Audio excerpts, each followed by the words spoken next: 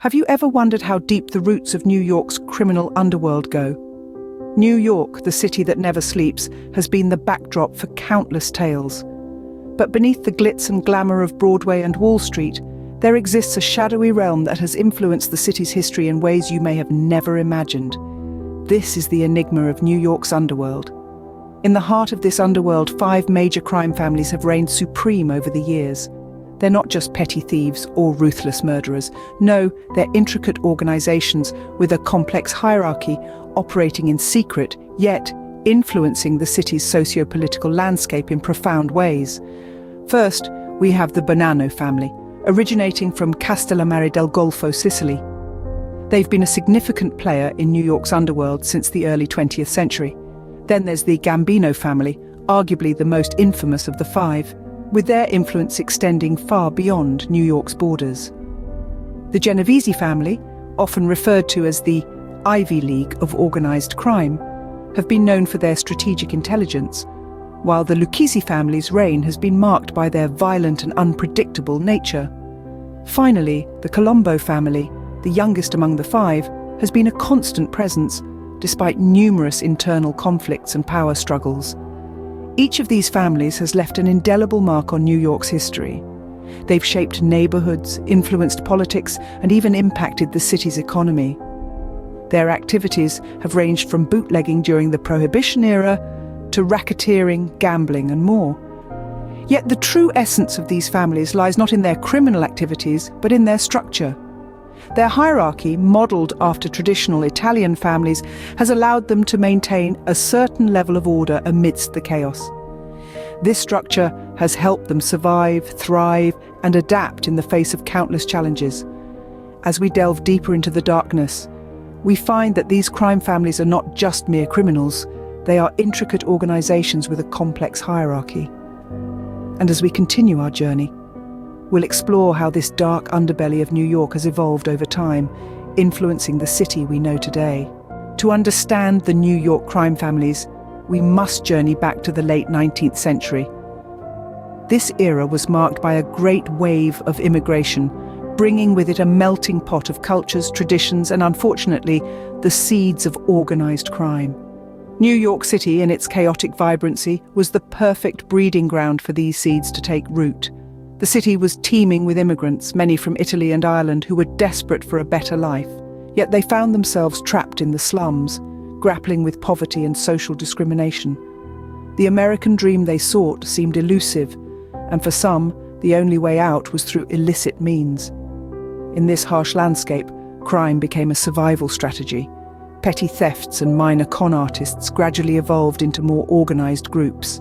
They operated in the shadows, offering protection, smuggling goods, and running illegal gambling rings. These groups, bound by a shared culture and a common struggle, eventually gave birth to the first crime families. But it wasn't just social circumstances that contributed to their growth. Key historical events played crucial roles as well. For instance, the Prohibition era of the 1920s was a boon for these families. The ban on alcohol not only created a lucrative black market, but also provided an opportunity for these families to expand their influence. They orchestrated intricate networks of speakeasies and bootlegging operations, amassing wealth and power in the process. With time, these crime families grew more audacious, more influential. They infiltrated labor unions, controlled politicians, and even manipulated law enforcement. Their operations spread like tendrils, reaching into every corner of the city's underworld. And as they grew, so did their rivalry, leading to bloody turf wars that would define the city's criminal landscape for decades to come. As the 20th century dawned, these crime families had set their roots deep into the heart of New York, marking the beginning of a new era of organized crime. From the shadows, they emerged as formidable powers, shaping the city's history in ways few could have imagined. With the advent of the 20th century, the 5 families emerged as the dominant crime syndicates. A new epoch began, one where the underworld was divided, not by lawlessness, but by the rule of 5 formidable forces: the Bonanno, Colombo, Gambino, Genovese, and Lucchese families. From humble beginnings, these families found their footing in the early part of the century, their roots deeply embedded in the immigrant communities of New York. They started small, extortion, loan sharking, illegal gambling, but their ambitions were far from modest. They saw an opportunity to rise, and they seized it. Enter the Prohibition era, a time when the United States banned the production, importation, and sale of alcoholic beverages. While the lawmakers saw it as a moral victory, the five families saw it as a golden opportunity. Suddenly, there was a massive demand for the forbidden nectar, and who better to supply it than those who operated in the shadows? The families swiftly capitalized on this opportunity. Bootlegging became their primary venture, and their influence rapidly expanded. They smuggled spirits from Canada, produced moonshine in hidden distilleries, and distributed it through a network of speakeasies. The profits were astronomical, and the five families flourished. But their reign was not just about the money, it was about power and control. They had a hand in everything, from the docks of the waterfront to the construction unions, from the garment industry to the highest levels of politics. They became a part of the city's lifeblood, an unseen force that dictated the ebb and flow of New York's underworld. Their influence was not just confined to the city's boundaries. Their tendrils reached far and wide into other states and even across the Atlantic. They had transformed from street gangs to a syndicate, an organization, a mafia. The five families had become a formidable force, their power reaching far beyond the city's boundaries. The empire that the five families built did not remain unchallenged. Even the most formidable structures are susceptible to decay. The five families, the titans of New York's underworld, were no exception. Their downfall was not a product of a single event, but rather a series of relentless waves that gradually eroded their stronghold. The 1980s marked a significant turning point. The Mafia Commission trials, a series of federal prosecutions, sought to dismantle the very foundation of organized crime. The trials were relentless, their objective clear: to take down the bosses of the five families. It was a bold and ambitious move that resulted in the conviction of major crime family heads. The once untouchable godfathers were now behind bars, their empires left vulnerable.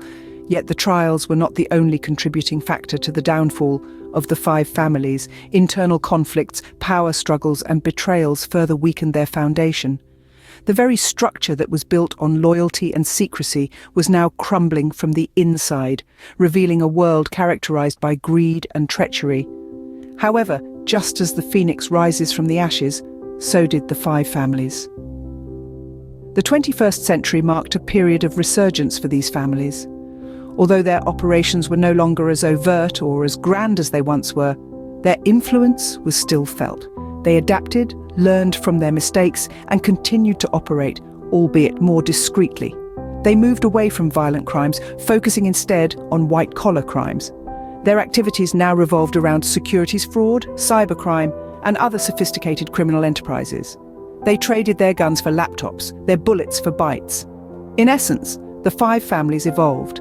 They demonstrated their ability to adapt, to weather the storm, and to rise once more. They proved that they were not just relics of a bygone era, but rather enduring entities in a constantly changing landscape. Despite numerous setbacks, the five families have proven their resilience, continuing to operate in the shadows.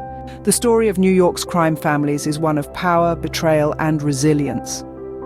These families, notorious for their nefarious exploits, have left an indelible mark on the city's history, but their legacy extends far beyond the confines of their criminal enterprises. Their impact on popular culture is profound. They've become the stuff of legend, their stories told and retold in countless movies and television shows. From the cinematic masterpieces of The Godfather and Goodfellas to the small screens, The Sopranos, these crime families have been immortalized in the annals of entertainment. These portrayals, often romanticizing the life of crime, have shaped the public's perception of the mafia, making them figures of fascination and dread. Yet their influence doesn't end at the movie screen or television set. They've also had a significant impact on the structure and operations of modern organized crime. The hierarchical structure, the codes of conduct, the rituals, these elements that were characteristic of New York's crime families are now emulated by criminal organizations around the globe. The families' strategic alliances, their use of legitimate businesses as fronts for illegal operations, their ability to infiltrate and corrupt public institutions, these are all strategies that have been adopted by crime syndicates worldwide. But it's important to note that the legacy of these families isn't just about influence or infamy. It's also about the human cost. The lives lost, the communities destroyed, and the families torn apart. Their story serves as a stark reminder of the devastating consequences of unchecked power and greed.